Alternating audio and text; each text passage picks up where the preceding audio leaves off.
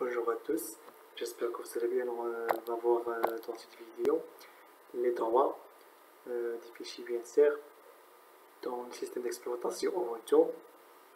Alors, comme premier point, alors tout fichier en fait des systèmes appartient bien sûr à la fois à un utilisateur, d'accord, c'est-à-dire c'est le propriétaire et à un groupe, ok. Alors pour chaque fichier en fait, le monde de ces utilisateurs bien sûr potentiels est scindé en trois catégories nommées.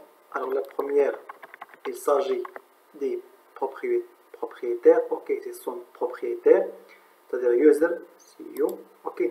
Pour le G, c'est son groupe, et O, c'est-à-dire tous les others ou bien tous les autres, ok. Alors il y a en fait trois catégories comme vous les voyez. Bon, en fait, pour Linux, on fait à peu près ces trois protections d'Linux pour les fichiers et les répertoires. Ok. Alors, il y a en fait trois niveaux de protection. Alors, leur notation en fait symbolique est R, ça veut dire read, lecture. W, write, écriture. X, c'est l'exécution. Ok. Alors, pour en fait ces trois protections, lecture, écriture et exécution. Alors on pourra dire par exemple que le propriétaire a le droit d'écriture et de lecture seul, mais n'a pas le droit d'exécution par exemple. On va voir ça en détail par la suite. Bon, en fait, la présence d'un tiré, ok, tiré par 6, signifie l'absence complète de droit. Ok. Alors soit en fait il y a le droit, soit de lecture, soit d'écriture, soit d'exécution, mais en fait s'il y a un tiré par 6, signifie en fait c'est l'absence totale des droits. Alors on va voir en fait, maintenant on va passer au changement des droits. Ok. Alors pour le changer en fait le propriétaire, alors c'est la commande ciao, ok, moins R et le nouveau user, puis le fichier. Cette commande en fait est réservée au propriétaire actuel des fichiers ou des répertoires et même pour le root. Alors l'option R en fait c'est-à-dire récursive, alors permet d'agir sur l'ensemble des sous-répertoires. R signifie récursif. Alors par exemple on va voir cette commande. Alors par exemple chown -r sni, ok, ça veut dire on va changer en fait le droit récursif qui permet d'agir sur l'ensemble des sous-répertoires sni par /run stage 1. Ok. Bon, en fait, pour changer en fait le groupe propriétaire, alors c'est ça la commande. Alors ça veut dire grp, ça veut dire change group, -r nouveau groupe et le fichier. Ok. Alors pour cette commande là, c'est-à-dire nouveau user et les fichiers, ça veut dire changer le nouveau utilisateur XML par /home stage 1. Alors ici, alors pour le changer au fait le groupe propriétaire, bien sûr doit être affecté par root et le propriétaire à condition que celui-ci soit membre de nouveau groupe. Alors c'est la commande par exemple change group -r par home stage 1. Ok. Bon, ce sont juste des exemples. Alors toujours pour on va voir maintenant comment changer en fait les permissions sur les fichiers. Ok.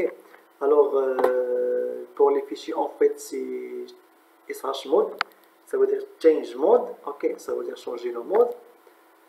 Alors des fichiers, bien sûr, alors peut s'écrire de plusieurs façons équivalentes sur le modèle.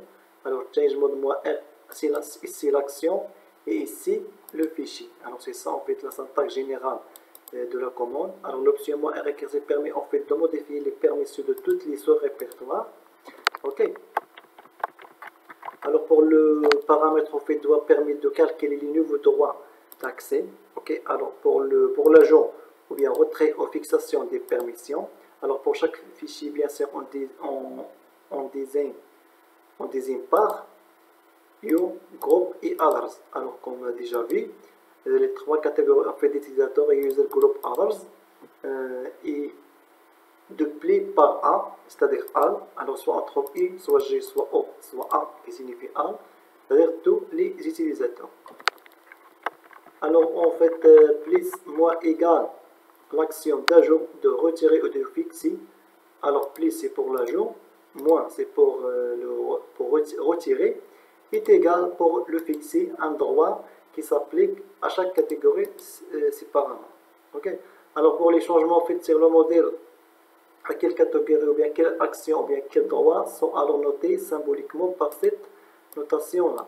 Alors par exemple, yo plus,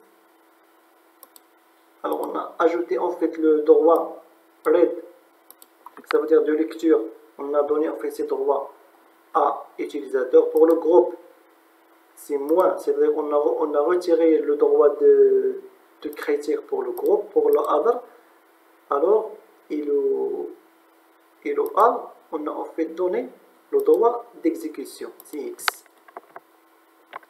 Alors pour toujours dans les changements de permanence sur les fichiers, alors par exemple, cette commande-là, change mode u plus x fichier, ça veut dire ajouter le droit d'exécution au propriétaire des fichiers. Ok, plus x, ça veut dire ajouter le droit d'exécution.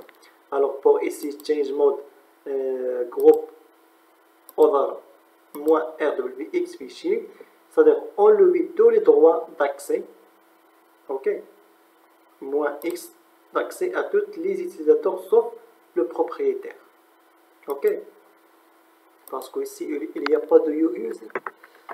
Bon, pour l'autre commande, change mode moins rgo par 6 rwx slash home slash total, ça veut dire enlève tous les permissions d'accès, ok, alors cette fois d'accès, des fichiers des répertoires personnels de Toton et de ce répertoire, ok, à tous sauf au propriétaire, c'est-à-dire Toton.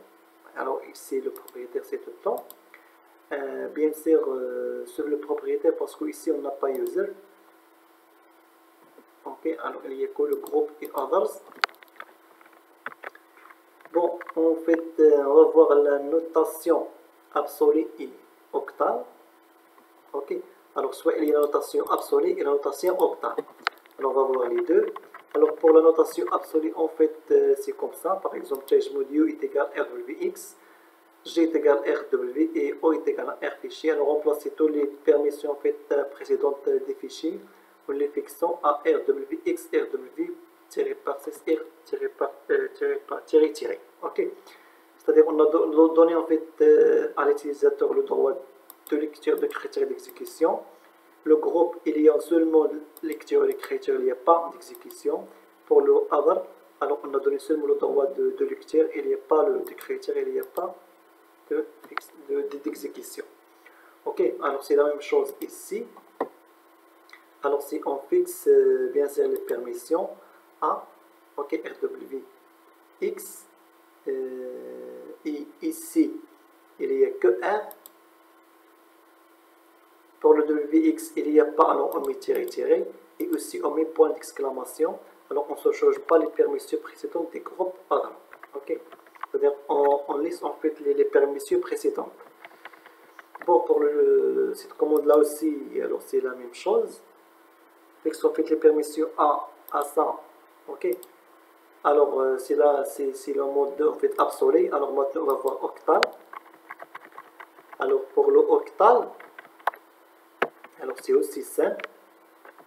Ok, alors comme je l'ai déjà expliqué, pour le other on donne 1, 2, 4. Pour le groupe on donne 100, 20, 40. Et pour le propriétaire il y a 100, 200 et 400. Alors, les deux commandes équivalentes sont les suivantes, en fait sont équivalentes. Alors comment?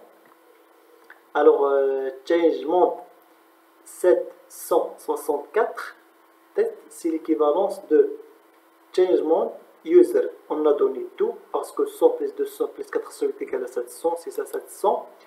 Pour le groupe, il y a 60. Alors 60 c'est 40 plus 20. Ok, c'est 40 plus 20. Il n'y a pas de 10 pour l'exécution. Ici, il y a 4. 4, c'est-à-dire O est égal à R. Parce qu'il y a 1, 2, 4. Donc vous voyez ici 1, 2, 4, c'est R, W, X. Alors c'est l'équivalent de X, de R, pardon. c'est ça en est égal. Alors ces deux-là, en fait, ils sont équivalents. Alors c'est le mode octal et c'est le mode absolu, c'est-à-dire c'est la même chose. Ok.